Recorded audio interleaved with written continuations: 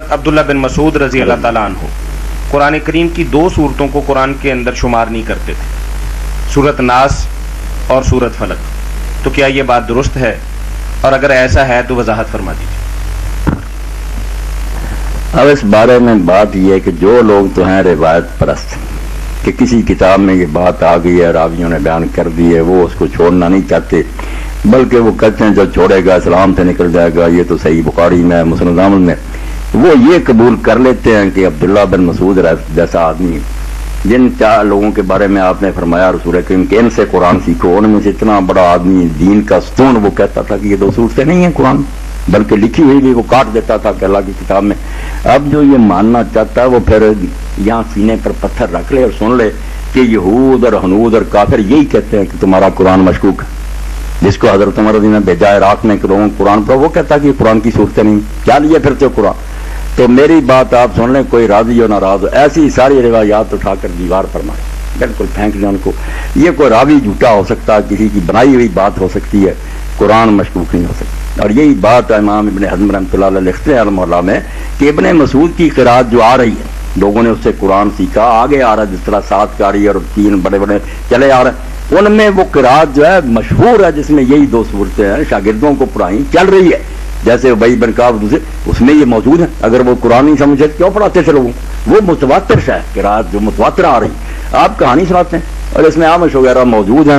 اب علماء اپنی جان نہیں، آمش بھی ہے مگر ہم نے ماننا ہی ہے تو مانتے پھر. آمش ہے اور ان سے روایت کرتا ہے یہ سلیمان بن مہران آمش جو ہے، اس کے بارے میں کئی محدثین نے کہا کوفے کے علم اسی نے پر بات کیا، ایسی روایتیں اس نے بنا دی. تو زیادہ نہیں میں ڈیٹیل میں جانا چاہتا، کئی روایت پرست نظرات ہو جاتے ہیں کہ مولوی صاحب منکرین حدیث والی، اور منکرین حدیث کی نہیں یہ باتیں، یہ اسلام کی باتیں ہے کہ قرآن کو ہم مشکوک نہیں مان سکتے. بالکل اس میں ایک شوشے کا نہیں فرق، نہ کوئی اس میں اضافہ نہ کمی، بالکل یہی ابن مسعود بھی مانتے تھے. انہوں نے امت کو پڑھایا. یہ عالم محلہ کی پہلی جلد میں جو اصول ہے نا، اس میں پڑھے کہ یہ بالکل جھوٹ، اور یہی نبی رحمۃ اللہ علیہ کہتے کہ جھوٹی روایت، کوئی ابن مسعود ایسا نہیں کہتے تھے، نہ ان کا یہ مذہب تھا. انہوں نے راوی مان لینے ہوتے کہ راوی نہیں چھوڑنا، دین تباہ ہو گیا. اب کون اللہ کا بندہ یہ بات مانے گا؟ یہ مانتے پھریں حجروں میں بیٹھے کہ رسول کریم علیہ السلام ام حرام رضی اللہ تعالیٰ عنہ کے گھر جاتے تھے دوپہر کے وقت اور آرام فرماتے تھے، اور ام حرام رسول اللہ کے بال جو تھے ان کو سہلاتی تھیں اور اس میں سے جوئیں نکالتی تھیں. اب یہ سوال پیدا ہو کہ ام حرام آپ کی کیا لگتی تھی؟ کوئی محرم تھی؟ وہ دودھ پلایا تھا، کوئی رشتہ تھا؟ پہلے تو ٹامک ٹوئیاں ماری کہ ہاں دودھ پلایا، نکلا نہیں ہے.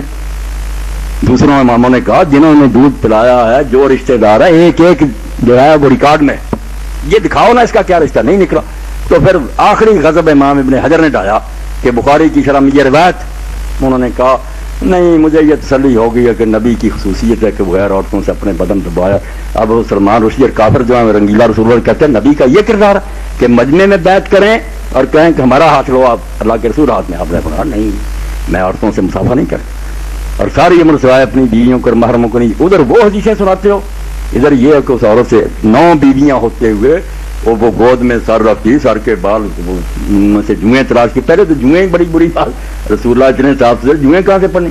اگر تم کہتے ہو ایک نے لکھا ہمارے ہی عالم ہے کہ حضور بشر سے پڑھ گئی ہوں گی، چلو پڑھ گئی ہوں گی مگر اس کے لیے بیویاں نہیں تھیں، بیویوں سے نکلوا رہے تھے. یا ام حرام کا محرم ہونا ثابت کرو، اور نہیں تو ابن حجر نے اگر یہ کہہ دیا کہ نبی کے لیے سب چھٹی ہے. ابن حجر رحمۃ اللہ علیہ مانے مسلمانوں کا دور تھا اس وقت بولی، آج تو کافر ہمارے سر چڑھے ہوئے کہ نبی کا یہ کیا رکھ رہا ہے. تو یہ وہ حدیث ہے جس میں آتا ہے کہ وہ انہوں نے کہا پہلا لشکر جائے گا اور یہ جس سے یزید کی جنت نکالتے ہیں. میں کہتا ہوں بھائی جنت ٹھیک ہے، اللہ تعالیٰ کی مرضی، جس کو چاہے دے، ایک کتے کو پانی پڑا، ہمیں کوئی اعتراض، مگر یہ پہلے نبی کو سنبھالیں کہ یہ جو اس کے ابتدا میں ہے کہ وہ ام حرام آپ کے سر میں تفلیح رہا تھا، حضور کے سر میں سے جوئیں نکالتی. کوئی رشتہ دکھاؤ یار، نبی کو بچائیں ورنہ تو قیامت آ جائے گی کہ پیغمبر خدا غیر عورتوں سے یہ خلا ملا رکھتے ہیں. اب اس کا جواب نہیں کسی کے پاس، صرف کہہ دیں گے وہ نہیں جی لکھا ہوا. تو جس کا جی چاہے پائی ان روایتوں کو مانے. میں صاف کہتا ہوں کہ جو روایت قرآن کو مجروح کرے، جس سے رسول اللہ پر حرف آئے، یا تو اس کی کوئی معقول توضیح کر دو، ٹھیک ہے. اگر نکل آئے گی ہم جلدی نہیں کریں گے رد کرنے کے لیے، اگر کوئی نکل آئے گی بات تو سر مارتی. اگر نہ بات بنتی نظر آئی نا، تو جیسے امام راضی سے لوگوں نے پوچھا، یہی وہ روایت جو کہ ابراہیم علیہ السلام نے 3 جھوٹ بولے. اگر جھوٹ ہی مانا کرنا ہے ان سے کسی نے کہا تو انہوں نے کہا بجائے اس کے کہ میں مانوں کہ ابراہیم علیہ السلام نے جھوٹ بولا، میں کہوں گا بخاری کے کسی راوی نے جھوٹ بولا. یہ غلط کہہ رہا ہے ابراہیم علیہ السلام کے بارے میں. راوی جو جھوٹا ہو جائے گا قیامت نہیں آئے گی. نبی جھوٹا ہو گیا دین کا ہے. یہ ایمان ہے میرا. میں روایتوں کو چھوڑتا نہیں، 999 کو مانتا ہوں، مگر اگر کوئی ایسی آ جاتی نا جس کا پڑھتا ہوں کہ علماء تھک گئے، بات بنی کوئی نہیں، ویسے ہی ٹامکٹوئیاں مار رہا ہے، دشمن سر پر چڑے ہوا، تو ایسی روایتوں سے صاف اعلان برات کر ہم اس کو نہیں مان سکتے. جب قرآن کہتا ہے، امت جانتی ہے، کافر مانتے کہ حضور کا کریکٹر بے داغ تھا، ہم کیوں ایسی حضور روایت کو مانیں جس سے دین ہی تباہ ہو؟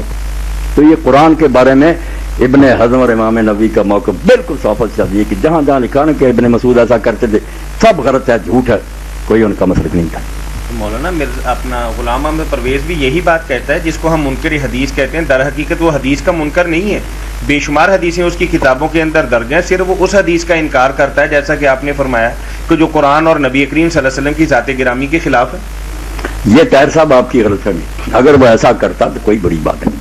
یہ تو جب سے امت چلی ہے نا اسی وقت سے علماء لکھتے ہیں. آپ کوئی اصول حدیث کی کتاب پڑھیں جہاں لکھا ہوتا ہے نا کہ موضوع اور جھوٹی حدیثوں کی نشانیاں، وہاں یہ بھی ہوتا ہے کہ سند بھی دیکھنے کی ضرورت نہیں. اگر وہ حدیث مشاہدے کے خلاف ہے کہ نظر کچھ آ رہا، حدیث کہہ رہی ہے ایسی، وہ بھی غلط. امت کے اجماع کے خلاف، قرآن کے خلاف، یہ اصول پہلے ہی طے ہیں، اس کے خلاف نہیں. مگر مصیبت یہ ہے کہ وہ سنت کو بحیثیت سنت نہیں مانتا. یہ اصل اختلاف جو ہے نا، وہ کہتا ہے اگر رسول اللہ بھی اس دور میں ہونا اور سامنے بات کہیں تو اس کی کوئی حیثیت نہیں. حضور صلی اللہ علیہ وسلم اس وقت اور الامر تھے، نبی ہونے کی حیثیت صرف قرآن دیا، دین میں حجت وہ ہے. نبی نے جو اس وقت احکام دیے نا وہ اس وقت حاکم ہونے کی حیثیت دی ہے. اس لیے جب فوت ہو گئے، ابو بکر آ گئے، ان کی مرضی، جو چاہیں حکم رکھیں. سنت کوئی غیر متبدل اور دائمی شے نہیں ہے، زمانے کے ساتھ بدلنے والی چیزیں ہیں، حاکم بدلتے ہیں. اس لیے اس دور کے لوگ بھی جو ہے نا حکمران جنہیں وہ کہتا مرکز ملت، وہ شورا میں بیٹھ کر فیصلہ کرے گا کہ یہ کتابوں میں جو ہے کہ حضور نے ایسا کیا، اگر مناسب ہے تو رہنے دے پچھلے قانون کو، اگر وہ سمجھتا نہیں اس دور میں ٹھیک، ختم کرے. سنت جو ہے کوئی دائمی چیز نہیں، یہ بنیادی موقف. اور یہ جو ہے نا کہ حدیثیں پیش کرتا ہے، یہ ایسے ہی انہوں نے جیسے غلام جیلانی نے کہا کہ ہم حدیثوں کو مانتے ہیں، تو ایسے ہی جیسے کسی شیخ کی بات مان لیتے. صاف لکھا دو اسلام میں کہ ہم انہیں یہ نہیں سمجھتے کہ یہ نبی نے کہا، ایک اچھی بات کسی ہندو نے کہی شیخ اس لیے مانتے. اس لیے طاہر صاحب یہ بالکل غلط بات ہے کہ وہ سنت کو ایک دینی ماخذ مان کر پھر یہ چھانٹی کرتا ہے. یہ کوئی بات نہیں، پچھلے علماء بھی کرتے ہیں. کئی صحیح روایتوں کو انہوں نے رد کر دیا. اور ایک روایت جو مشہور تھی کہ جس نے عشق کیا مگر پھر بھی پاک دامن رہا وہ شہید مرا، اس پر امام ابن قیم لکھا ہے. تو یہ موضوع، مگر وہ کہتے ہیں اس کی سند اگر سورج کی طرح بھی ہوتی نا، ہم اس کو بالکل دیوار کے ساتھ مار دیتے. نبی عشق کے الفاظ نہیں بولتا، نہ اس نے ساری زندگی. یہ ہے درایت کہ بات دیکھو نبی کی زبان سے نکل، اس کا کوئی منکر نہیں. مگر سرے سے ہم کہہ دیں کہ سنت شاہی کوئی نہ، اس کی تحقیق کی ضرورت. کو اچھی باتیں نظر آتی ہیں تو لے لو، ورنہ ایسے ہی جیسے کسی ہندو سکھ نے کوئی بات کہی، توبہ توبہ. یہ میری بات ان سے نہیں ملتی، میں ان سے بالکل بیزار ہوں. سنت رسول تو ایک ایسا سرمایہ کہ اگر اس کو ہم ختم کر دیں لنک ہی ٹوٹ جائے گا. پھر ہمیں کیا پتا نبی نے کیا کیا، اس کے ساتھیوں نے دین کس طرح آیا. یہ بالکل بہت بڑی ہماری دولت خزانہ، اس کی حفاظت کریں گے. اور روایت اگر چھوڑیں گے تو جب بے بسی ہو جائے گی نا کوئی حل نہیں ہوتا. پھر ہم ضروری کہیں گے کہ یار کسی راوی کو غلط فہمی ہو گئی یا وہ نہیں صحیح سمجھ سکا. حضور پاک کی یہ بات نہیں ہے. یہ تو شاذ و نادر کبھی ہوگا. میں کہتا ہوں ساری عمر انہوں نے زور لگایا، سنت کی دشمنی ان کے اندر گھس گئی. مگر مقام حدیث لکھی ہر شخص پڑھ سکتا، اس میں اصل جراج پوری کی بھی مضمون ہے، پرویز کا استاد تھا. آپ دیکھ رہے ہیں، یعقوب صاحب بھی دیکھیں، رفیق صاحب 15-20 روایتیں انہوں نے نکالی لاکھوں کے مجموعے میں. یہ نہیں ہضم ہوتی، حضور یہ کرتے تھے. بھائی بالفرض اگر ان کا حل کوئی نہیں، حالانکہ حل ہے، وہ کچھ بھی ایسی باتیں نہیں کہ ان کا حل نہیں، صرف یہ سمجھنا نہیں چاہتے. مثلا یہ بہت یہ حضرات پیش کرتے ہیں کہ رسول کریم علیہ السلام روزے کی حالت میں اور حیض کی حالت میں اپنی بیویوں سے مباشرت کرتے. یہ پہلا حملہ ہے. کہتے ہیں دیکھو قرآن کہتا قریب نہ جاؤ، یہ سنت کہہ رہی ہے، امام بخاری لکھ رہے ہیں، دوسرے آپ مباشرت کرتے. اگر کوئی آدمی ان پڑھ ہوگا اور پنجابی اردو والی مباشرت سمجھے گا وہ تو کہے گا توبہ توبہ. اور جو عربی جانتا وہ جانتا ہے کہ وہاں یہ معنی نہیں ہوتا، وہاں معنی جسم کا جسم سے لگنا. بے شک ایک جگہ اکٹھے بیٹھ گئے، بوسہ لے لیا، ہاتھ چھوٹ گیا، یہ سب مباشرت ہے، بچڑا سے نکلا.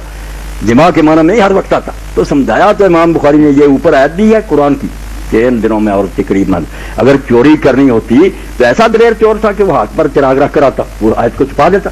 آیت بھی لکھ دی، حدیث بھی لکھ لی، تاکہ دونوں کو ملا کر صحیح نتیجہ نکالا جائے کہ جو مباشرت ہے. اور حدیثوں میں کلیئر آ گیا کہ شرمگاہ کے تو قریب نہیں جانا، یہ حرام ہے. واضح ہوگی بات، قرآن کا مفہوم یہ. باقی جو اس کے ہاتھ کا پکا ہوا اس کے ساتھ لیٹ جانا، اس کا بوسہ لے دینا، یہ جیسے سمجھتے یہود اور یہ ہندو کہ بھرشٹ ہو جاتی، کھانا بھی نہ کھاؤ، اگر کسی جگہ بیٹھ جائے اس جگہ بیٹھو وہ بھی ناپاک، اتنی سختیاں۔ فرمایا نہیں، سارے معاملے رکھو، صرف یہ جمع نہیں کر۔